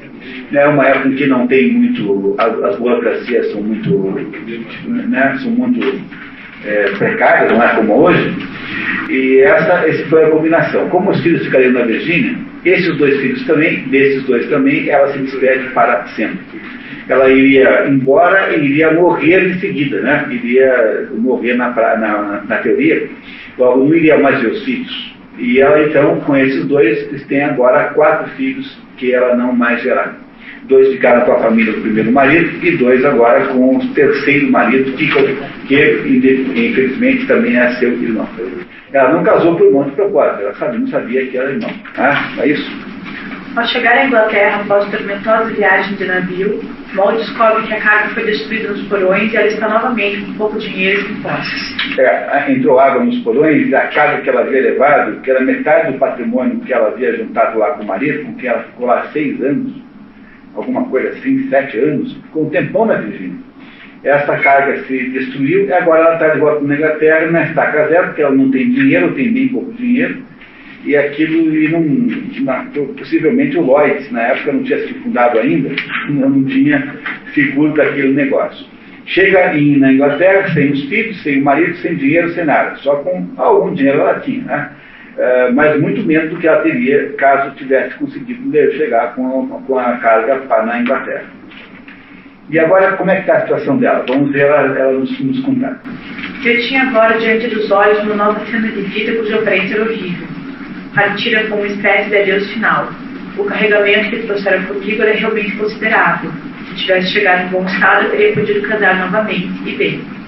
Mas, como o acontecido estava reduzida ao todo a 200... Como o acontecido, né? Tem um errinho ali, né? Como o acontecido. Como o acontecido estava reduzido ao todo a 200 ou 300 libras, e sem nenhuma esperança de acréscimo. Ela, como saiu do casamento, tinha 1.200. Essa 1.000 libras mais pobre, menos rica do que estava antes. 200 libras já é um dinheiro que não é espetacular. É um dinheiro bonzinho, mas não dá para viver sem trabalhar. Você tirar daquilo, sei lá, 15, 16 euros por ano, é muito pouco dinheiro para alguém viver sem trabalhar, não é? Então ela não vai conseguir sobreviver de uma maneira confortável com um patrimônio de 200 libras.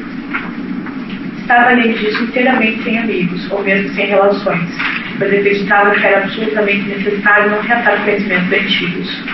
E quanto à minha boa amiga, que me havia preparado então para pescar uma fortuna, estava morta, e o marido também. Essa é aquela com quem ela morou um tempinho e que montou com ela aquele plano de espalhar que ela era rica. Aí, foi a impressão que vocês têm sobre a Moll Flanders? É boa, está melhorando, piorando, está na mesma? Quem acha que está melhorando? Levanta a mão. Quem acha que está piorando? Levanta a mão. Quem acha que está na mesma? Ah, tá, muito bem, tá? Normal, não, é isso mesmo. Mateus, qual é a sua opinião? Tá, certo, muito bem. Então vamos lá, continuamos, tá? No lugar de voltar para Londres, onde a vida era mais cara, a moça segue para Bath, um centro de turismo elegante, pensando em encontrar lá seu próximo marido. É um centro de águas, por isso que chama-se assim Bath, né? Tem águas, né? É uma espécie de resort, assim, de... É isso, né? Isso. É isso, é um centro de turismo sofisticado, assim, na Inglaterra. Bath é um lugar de bastante galanteria, custoso e cheio de armadilhas. Fui aí, na verdade, com o fim de agarrar o que se me oferecesse. Mas devo fazer-me justiça em afirmar que as minhas intenções eram absolutamente honestas e que não estava, a princípio, obcecada pelas ideias que me levaram logo depois ao caminho que me deixei seguir. Ela tem sinceridade, né? Ela está sempre sendo muito sincera sobre o que ela quer. O que ela está querendo fazer em Beth? Arrumar um novo marido, não é isso? Tá? Logo onde? No lugar onde tem os ricos, não é? Porque ela não foi procurar o marido dela num subúrbio de Londres, foi procurar o marido dela em Beth, onde é mais ou menos como você vai no Costão do Riquinho e não vai para Cananéia arrumar um marido novo, não é isso, né? Tá? Então, continuamos.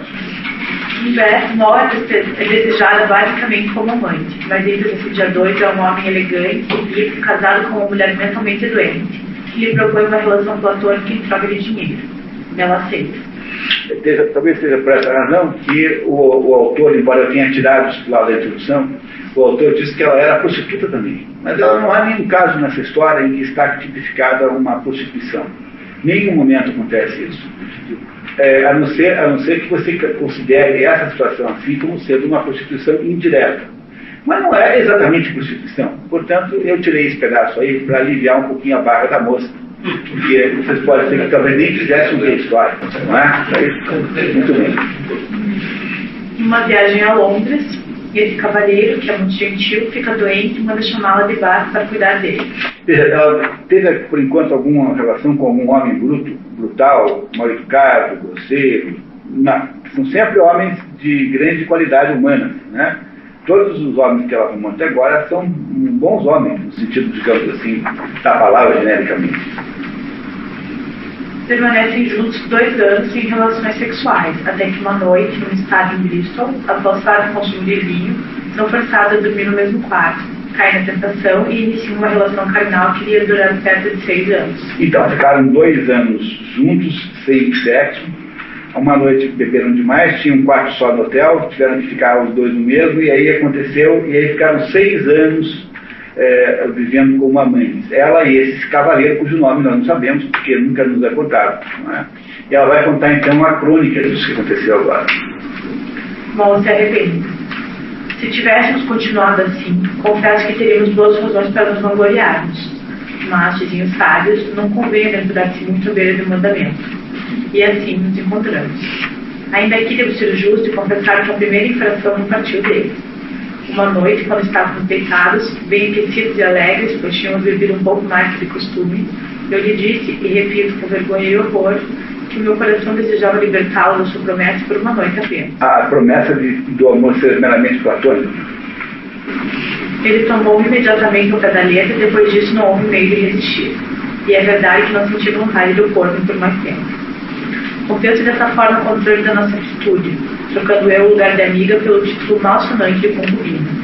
Pela manhã estávamos arrependidos. Chorei amargamente e ele também ficou triste. Mas era tudo o que podíamos fazer.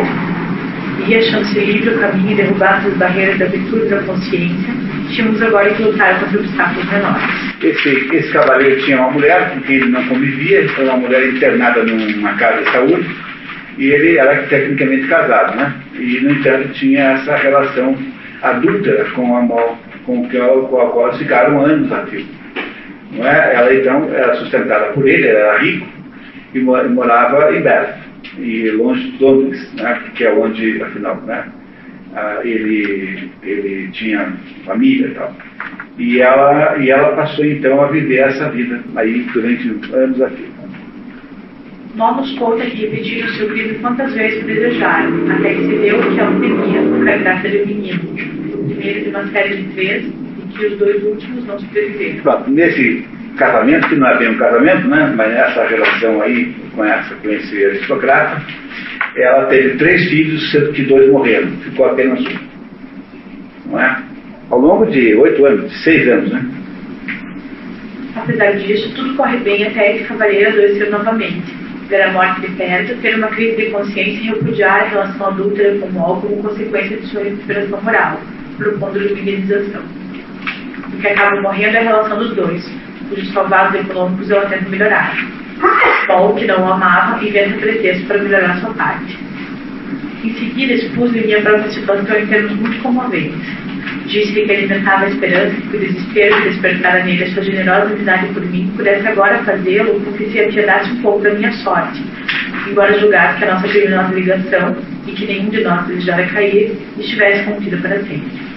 Achava-me sinceramente tão arrependida quanto ele, mas suplicava-lhe que me deixasse numa situação em que não estivesse exposta às tentações diante da horrível perspectiva de pobreza e desespero. E se tivesse alguma apreensão quanto aos aborrecimentos que pudesse vir a causar-lhe, pedia que me favorecesse os meios de voltar para junto de minha mãe na Virgínia, de onde viera, como era do seu conhecimento, o que poderia ter com todos os receios que porventura alimentasse. Concluí afirmando que se me quisesse mandar 50 libras a mais para facilitar a minha partida, eu lhe mandaria uma quitação completa, prometendo não me importunar mais, a não ser para eu pedir notícias de meu filho, que eu mandaria buscar se encontrasse minha mãe viva em uma situação desfolgada. Ora, tudo isso era mentira, pois não tinha nenhuma intenção de voltar à Virgínia, como qualquer pessoa poderá ver pelo relato que fiz do que se passou ali. Mas o meu intento de tirar dele essas últimas 50 libras, sabendo muito bem que era o último real que conseguiria dele. E largou o filho lá com o homem também. Mais um que ela largou. Com isso ela tem 5 filhos vivos que ela deixou com alguém. Né? O primeiro com a família, o segundo com o marido, né, com o pai, e o terceiro com o pai também. Que deve ter feito alguma coisa, entregou lá para alguém criar, sabe Deus o quê. Né? Devia ser uma pessoa uma criança já meio grandinha, né? Uma das coisas mais assustadoras dessa história é como é que você imagina que uma mãe possa dispensar tão facilmente as crianças, né? Que não é uma coisa comum, não é normal que isso seja assim. Nós não estamos acostumados com uma coisa dessa, mas no entanto ela não tem muita preocupação com isso não.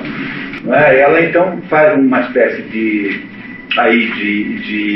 mobilização política para conseguir melhorar um pouquinho a indenização que ela ia receber desse homem que disse que agora que ele havia encontrado Deus, não podia mais ter uma relação adúltera com ela, etc.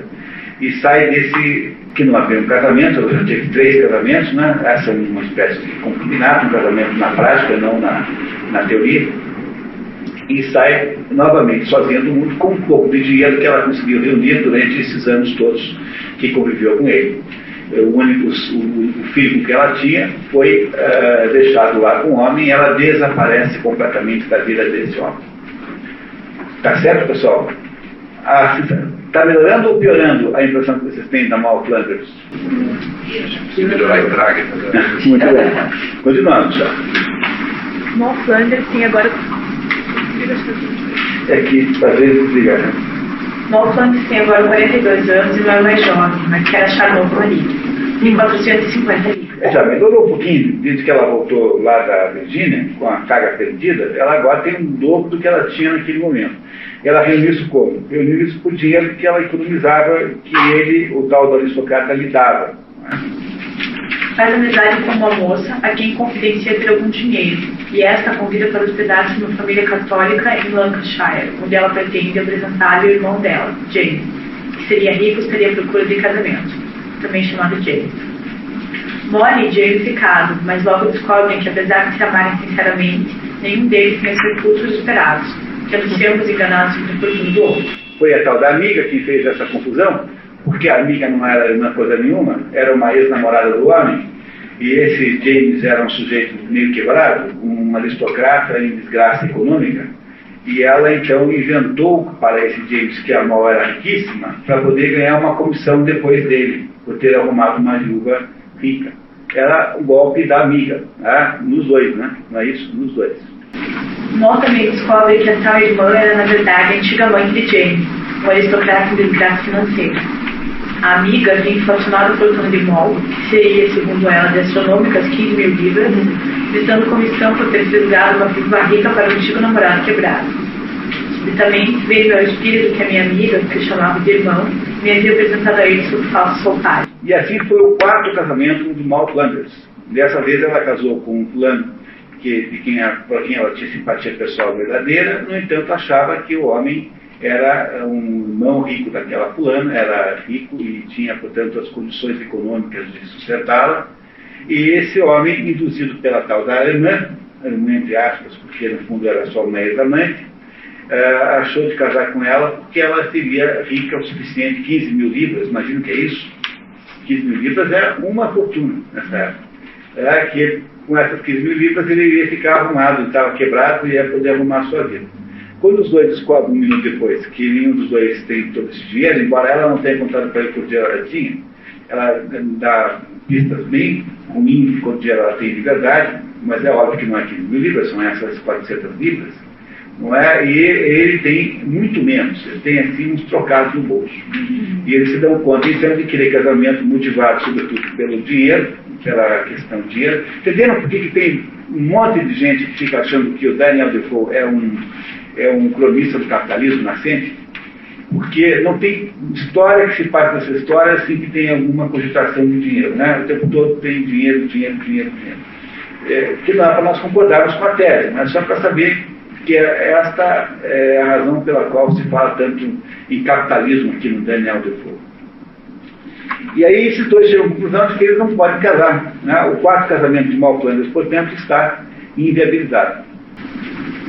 Jamie, impossibilitado de manter aquele compromisso, parte, libertando do vínculo. Eles prometem ver-se novamente. Afinal, nós nos separamos, se bem que com a maior relutância de minha parte. Ele também se despediu muito contra gosto. Mas a necessidade o obrigava, pois as razões que o impediam de ir a Londres eram bem sérias, conforme pude compreender perfeitamente. Né? Porque, na verdade, o tal do James tinha como atividade econômica secundária saltear estradas. Ele era um sujeito quebrado e que ele era salteador de estradas, e ele então não podia ficar com nada de nenhum, tinha que dar um jeito de sumir. E é por isso que aquele casamento acontece, praticamente acaba na própria lua de mel. A lua de mel já não tem mais casamento. Dei o endereço para onde me devia escrever, se bem que guardasse ainda o maior segredo, isto é, sem dizer qual o meu verdadeiro nome, nem quem eu era, nem o lugar onde podia encontrar. Ele, por sua vez, me explicou como devia fazer se quisesse mandar-lhe uma carta, a fim de estar certo de recebê-la. Embora o casamento tenha sido o mais curto de todos, né, esse aí, mais curto do que o primeiro até, ela e esse James têm alguma simpatia mútua, claramente tem alguma simpatia mútua um pelo outro, assim, tem alguma coisa entre os dois que parece que os atrai, um com relação ao outro. Pode não ser uma boa coisa, mas tem, né? Muito bem. Continuamos, filho. Malflanders, de novo sozinha, volta a Londres e descobre estar grávida de Jamie. Pronto, quer dizer, mais um problema. Muda-se para uma pensão dirigida por uma mulher de posição questionável. Enquanto isso, um banqueiro, um homem decente, a quem Mal havia confiado que lhe restava de seu procúrio antes de viajar a Lancashire, pressiona Mal para casar-se com ele depois de ele conseguir o divórcio de sua mulher indiscutivelmente infiel. Esse banqueiro não sabe que ela foi para Lancashire, não sabe que ela conheceu o Jamie, não sabe que casou com ele, e não sabe que ela está grávida do Jamie. Esse banqueiro. Porque esse banqueiro ficou lá em Londres e ela foi embora. E enquanto ela estava fora, ele ficou tentando se divorciar da mulher, porque a mulher era infiel, claramente infiel. A mulher do banqueiro era uma mulher infiel publicamente. E ele então estava fazendo todos aqueles acertos jurídicos lá para se divorciar da mulher. E enquanto ele faz isso, ela faz essa aventura toda de casá-la em Lancashire com o tal do Jamie. Mas ela volta grávida para Londres e não procura imediatamente, porque ela tem que ter primeiro o filho, para que ele não saiba que aconteceu tudo isso no meio tempo, né? É isso, tá? Sem que ele saiba, moldem o bebê de Jamie e, com o auxílio de sua senhoria, o entregam para ser criado por uma camponesa, que receberia 5 libras por ano. E é o quinto filho que ela tem, do qual ela se livra, né? Sexto filho. Procurava sempre conversar sobre esse assunto. Ela, porém, estava cheia de argumentos. Dizia que salvara a vida de muitos cordeiros inocentes, como se chamavam, que poderiam ser assassinados, e de muitas mulheres que, desesperadas, tinham sido de outro modo tentadas a destruir seus filhos. Concordei que a verdade que seria bem recomendável se providenciasse para que as crianças fossem entregues em boas mãos, não sendo assim abandonadas ou maltratadas pelas notícias. A tal da pensão, que é que vendeu a criança, que se livrou da criança para ela, que entregou lá para uma camponesa cuidá-la. Não é isso?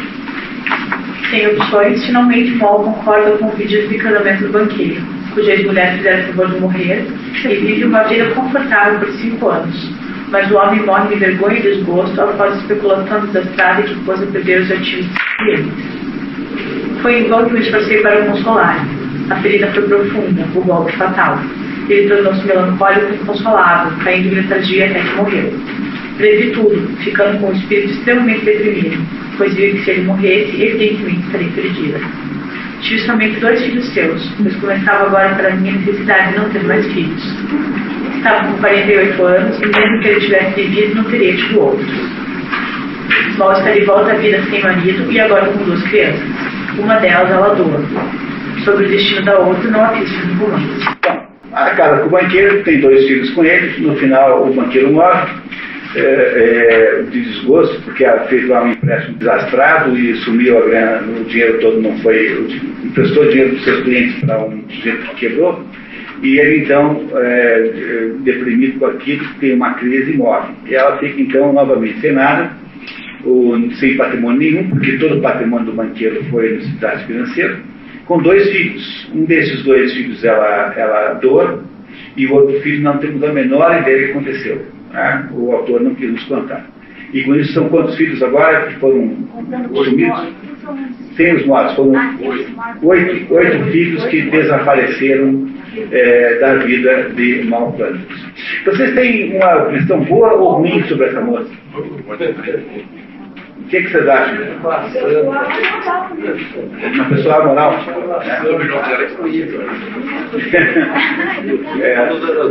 Bom, a gente vai depois discutir bem isso, né? Depois tem que ler toda a história. A história é um pouco caricata, né? Mas é muito interessante. Mas antes disso, nós paramos agora aqui, nos tomamos um café e voltamos daqui a pouquinho. Daí eu liguei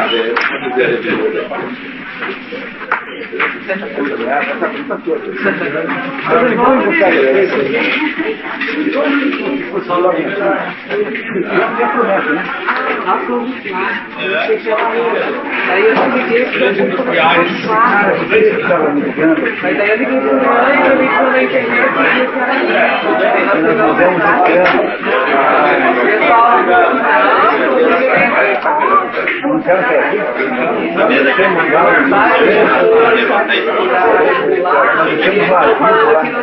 Grande Fernando. mas eu ainda bem que ele Vou te botar o Leandro no meio de Curitiba. Porque você gostava do terceiro. Daí eu fui saber se eu liguei, eu fico falando mal.